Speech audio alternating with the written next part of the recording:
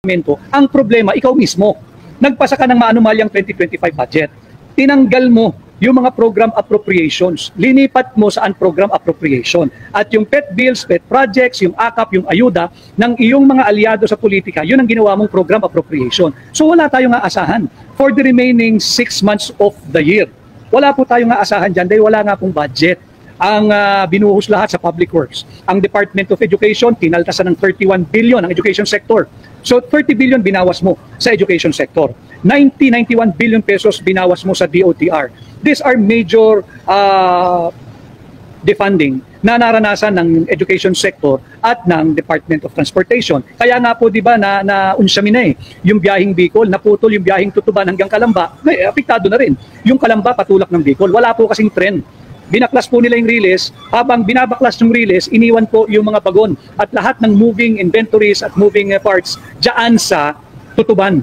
Hindi po tatakbo yung tren nang walang release. So naiwan po sila sa Tutuban at hindi po ito aabot ng Calamba kung wala po yung release. Yan po yung masakit na katotohanan na very very big challenge na kinakaharap po ni Secretary Vince Dizon. Masipag yung mama, masinop at talaga namang nais to create and make a difference in his department and ultimately in the lives of ordinary Filipinos, lalo na tayong mga araw-araw na nasa kalsada, yung mga araw-araw na mananakay, subalit wala ho siyang magagawa sapagkat binawasan yung kanyang departamento ng 91 billion pesos. So, kahit palitan mo ng kalihim ang DOTR, wala ho magagawa iyan sapagkat wala pong pondo. Ganon din po yung Department of Education. And again, I say cosmetic sapagkat propaganda pa lang may tuturing ngayon ito Humingi ka ng courtesy resignation, nagsusumite na isa-isa yung gabinete pero walang katiyakan kung ito ba'y tatanggapin mo. At pag tatanggapin mo, wala rin katiyakan kung mabuti ba yung papalit mong gabinete doon sa lilisanin ng kung sino mang sekretaryo mo na magbibitiw na tatanggapin mo yung courtesy resignation.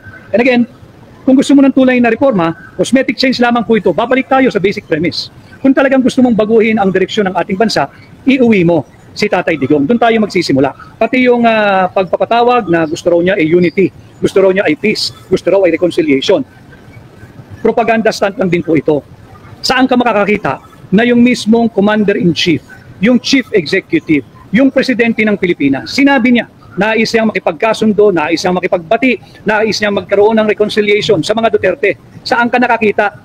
Isang Yusek, pinasisinungalingan yung mismong lumabas sa bibig ng kanyang principal. Yusek lang ito. Yusek lang ito. Iba yung sinasabi, pinasusungalingan niya yung kanyang presidente. Hindi raw po yun patukoy kay sa pamilya Duterte. Yung tawag na kapayapaan, reconciliation at unity. Ito raw po ay directed sa Filipino people. Imagine, Yusek lang. Tila sinasabi niyang sinungaling yung kanyang presidente dahil ang talagang konteksto daw nung sinabi ni Bongbong Marcos ay reconciliation at kapayapaan addressed to all the Filipino people, hindi sa pamilya Duterte. Tama, Pilipino rin naman ho sila. Pero binabago niya yung konteksto at yung tema ng mismong naging pahayag ng kanyang Pangulo na mismong doon sa pahina, social media page mismo ng kanyang Pangulo i-broadcast dyan sa podcast na yan. So paano ka maniniwala? Ito'y patuloy na bahagi ng napakahaba at elaborate na script ng pambubudol. Ngayon, yung hingi ng peace, unity, and reconciliation, tama na yung landas na tinatahak niya nung simula noong 2021 at 2022. And I'm part of it. Remember, we were campaigning with the message of unity and continuity. Unity and continuity. Siya rin naman ang sumira doon. Kaya yung sinasabi na ayaw na niya ng kaaway, wala naman hong nakikipag-away sa kanya. Siya ang nang-away sa mga taong hindi niya dapat inaway. Siya yung nang-away at nanggipit at nanakit sa mga taong tunay na nagmamalasakit sa kanya, nandyan. Si Pangulong Rodrigo Roa Duterte, ipinalibing yung kanyang ama. Walang Pangulo ang gustong magpalibing sa ama ni Bongbong Marcos diyan sa libingan ng mga bayani, si Pangulong Duterte.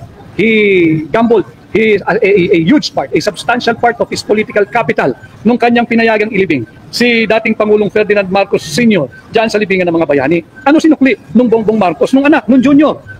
Ipinakidnap si Pangulong Duterte. Ibinigay sa kamay ng banyaga, nandyan ngayon, nagdurusa dyan sa ICC. At pinagtatawanan pa nung empleyada ng PNG, yung Procter & Gamble. Ibang araw po natin tatalakayin yun at ating i-repost patuloy yung kanyang ginawang pangungutya kay Pangulong Duterte. Total, gusto naman niyang sumikat. Pasisikatin natin siya sa maling paraan. Ulit yun nga ho. Balik tayo dito sa ating topic ngayong hapon, cosmetic change at command responsibility. Wala pong tunay na unity. Wala pong reconciliation, wala pong kapayapaan hanggat hindi mo inuwi si Tatay Digong dito sa Pilipinas. Iuwi mo si Tatay Digong sa mga Pilipino. Siya'y kapwa natin Pilipino at naging dating Pangulo, nagsilbi ng marangal, nagsilbi ng tapat at pinaglaban ang kapakanan at seguridad ng ordinaryong Pilipino at ng ating bansa. Tatandaan ho ninyo, yung Marawi Siege, si Pangulong Duterte po ang tumapos nun. At kung naiba-iba ang Pangulo at mahina ang Pangulo, baka hanggang ngayon may Marawi Siege pa. Tanging si Pangulong Duterte lamang ho ang kayang humarap doon sa panahon ng pandemya at yung panahon ng Marawi Siege. Ano sinukli ni Bongbong Marcos? Ayan nga po, pinagkatraidoran, pinagkanulo, ibinigay sa kami ng Banyaga. Tapos ngayon, hihingi ka ng peace, hihingi ka ng unity, hihingi ka ng reconciliation, uwi mo muna si Tatay Digong at siguro masusukat natin yung sinseridad mo kapag inuwi mo si Tatay Digong sa aming mga Pilipino. At yung paglihis po niya, may nag-notes po ako kanina sa aeroplano habang on flight po kami. Lipas na po kasi yung panahon that Bongbong Marcos will be able to carry out revolutionary steps, revolutionary changes, and revolutionary initiatives. Lipas na po yun. Dapat yan ay ginawa niya day one ng kanyang panunungkulan bilang Pangulo. I tried when I was still the Executive Secretary, and for a while, we are winning doon sa direksyon na gusto namin. Ayusin pang higit ang ating gobyerno at pababain pa ang antas ng korupsyon. Yung korupsyon po hindi mawawala, mga kababayan, kahit sino pang presidente. At alam din po yan ni Pangulong Duterte, sinabi na rin po yan ni Pangulong Duterte. Ang dapat maging layunin lang po natin, o aspirasyon, kung halimbawa sa ngayon 50-60% ang level ng korupsyon, mapababa lang natin ito ng 40 to 30%. Just imagine napakalaking savings ng 30%. 30% of our money na tipid mo sa korupsyon, ibabalik mo sa kaban ng gobyerno. Napakaraming school buildings po niyan. Napakaraming serbisyo kung may dadagdag niyan diyan sa ating PhilHealth na binigyang zero budget ni Bongbong Marcos ngayong 2025. So lipas na po yung panahon na pwede siyang mag-implement ng mga revolutionary ideas, revolutionary changes, revolutionary steps, reforms, and initiatives to better the lives and uplift the lives of ordinary Filipinos. Lipas na po yun. 3 taon ang sinayang ni Bongbong Marcos. At meron na lamang po siya essentially 2 years, 2026 and 2027. Bakit kanyo? Pagdating po ng October 2027, October 2027, filing na naman po ng Certificate of Candidacy para sa pagkapangulo. Hindi na po pinag-uusapan yung kasalukuyang Pangulo by then. Lame duck na po dapat yung nakaupong Pangulo. Ang problema ng kasalukuyang administrasyon, si Bongbong Marcos, maaga pong na-lame duck ito. Ngayong simula ng second half ng kanyang termino, lame duck na po ito. All roads are now leading to Inday Sara, our Vice President. Bakit? Nakita naman natin yung naging resulta ng midterm election. So makikita natin dito na talagang higit na yung rejection ng taong bayan sa Marcos administration. And no wonder, kinakailangan niya ng propaganda or PR stunt. Paano po yung PR stunt ng Marcos administration? Hingin mo yung courtesy resignation ng lahat ng iyong cabinet secretaries. Yan po yung first step. Pero uulitin ko, maaari po kayong kiligin, wag lang po kayong bibigay. Kiligin lang kayo pero wag po kayong bibigay. Sapagkat it amounts to nothing. Wala pong kahulugan yung paghingi ng courtesy resignation. Wala pong meaning yun. Nagbibigay sila ng courtesy resignation, tingnan natin kung kani-kaninong courtesy resignation ang kanyang tatanggapin. At yung tatanggapan niya ng courtesy resignation, tingnan natin sino ang kanyang ipapalit. Baka naman mas masahol doon sa nais niyang palitan. E di ganun din, mas malala ang problema. At ulit, sasabihin ko sa inyo, bukod sa cosmetic change lamang ang lahat ng ito ay malinaw na command responsibility. Kung sumablay ang administrasyon mo sa unang bahagi ng iyong termino, yung first 3 years, wala pong maaaring ibang sisihin kundi ang Pangulo, si Bongbong Marcos. Bakit? Nag-deviate po siya doon sa plataforma ng unity and continuity. Tinahak niya yung maling direksyon ng corruption at political persecution with impunity, hindi po with unity. Talagang tumodo sila sa corruption at political persecution with impunity. Huwag nating kalilimutan, humihingi ng kapayapaan daw, humihingi ng pagkakaisa, humihingi ng reconciliation. Huwag ninyong paglaruan ang kaso ni Pastor Apollo C. Quiboloy. Huwag ninyong paglaruan. Hayaan ninyong gumulong ng patas yung hustisya sa kaso niya.